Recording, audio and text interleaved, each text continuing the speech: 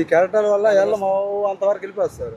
అదే వెళ్ళవద్దు ఈ సరువులో వెళ్ళిపోతాం సార్. మేము వెళ్ళిపోవడం వల్ల మాకు చేపకు రేట్ వస్తుంది సార్.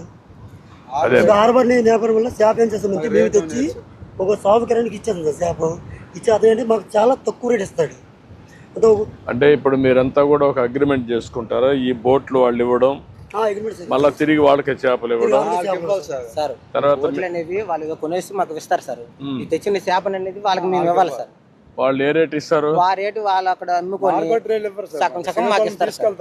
శ్రీకాకుళం తీసుకెళ్ళిన తర్వాత అక్కడ 900 ఉంటే మాకు 450 అని ఇస్తారు సార్. అంతే సార్, ఇస్తారు సార్. అంటే వాళ్ళకి ఏమన్నారు అడిగితే మాకు వెళ్ళడానికి రానికి ఛార్జీలు అన్ని ఖర్చులు ఉంటాయి కాబట్టి మీకు ఆ రేట్ ఇస్తున్నామని వాళ్ళు అన్నారు సార్. మనకి ఫిషింగ్ హార్బర్ ఉంటే అదే ఆ మార్కెట్ ఇక్కడ ఉంటుంది సార్. ఆ రేటు అనేది మనకు వస్తుంది సార్. అది సార్ మాకు వైసీ ప్యాటర్న్ అందుబాటు లేదు సార్. ఎవరో కొనుక్కొని ఓన్లీ కొనుక్కొని పట్టుకెళ్ళి సార్. వైసీ ప్యాటర్ అందుబాటు లేదు. వైసీ 30 కిలోమీటర్లు సార్. అప్ అండ్ డౌన్ ఒక వైపు 30 కిలోమీటర్లు, నెక్స్ట్ అవంతా 30 కిలోమీటర్లు. ఇలా 2 గంటల సేపు పట్టేస్తుంది. రేపు చేపలు ఏం చేస్తుంది, పాడైపోతుంది. దాన్ని బట్టి ఎవరు కొనుకారు.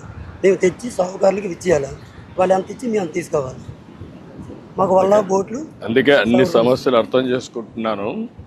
ఏం చేయాలి నేను చేస్తాను. ఇప్పుడు హార్బర్ ఎంత ఒడికి తయారైస్తారు. హార్బర్ తయారు కావాలి మీకు ఇక్కడే. పంచాయతీ కూడా ఉపయోగపడుతుంది సార్.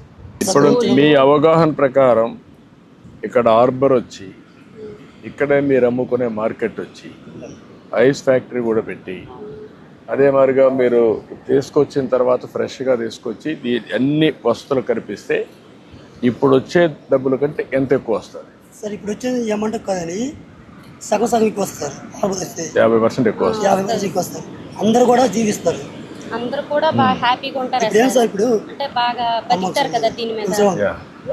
అలలో పెమ్మల వల్ల కొంతమంది వెళ్ళదు సార్. ఆవేశం అంటే పొట్ల పెట్టిన వేజ్ అయిపోయింది కాబట్టి ఇప్పుడు వెళ్ళదు సార్. ఇప్పుడు అదే కానీ హార్బర్ ఉంటే, ఫిషింగ్ హార్బర్, ఈ అలలు ఉన్నా కూడా వెళ్ళొచ్చు, లోపలికి పోతే అలలు ఉండవు. అంతే కదా? అదే మాకు ఇబ్బంది ఉండదు. ఇప్పుడు కొద్దిగా బాగుంది సార్. పెద్ద అలలు వచ్చేది ఎక్కడి నుంచి అంత దూరం వెళ్ళిపోతుంది సార్. అది నార్త్ వెళ్ళినప్పటికి అక్కడికి వెళ్ళినప్పటికి చాలా టైం పట్టింది. చేపల దగ్గర ఇయ్యాలంటే చాలా టైం పెట్టారు సార్. ఏం చేయాలో చేద్దాం, అన్ని చేస్తాను.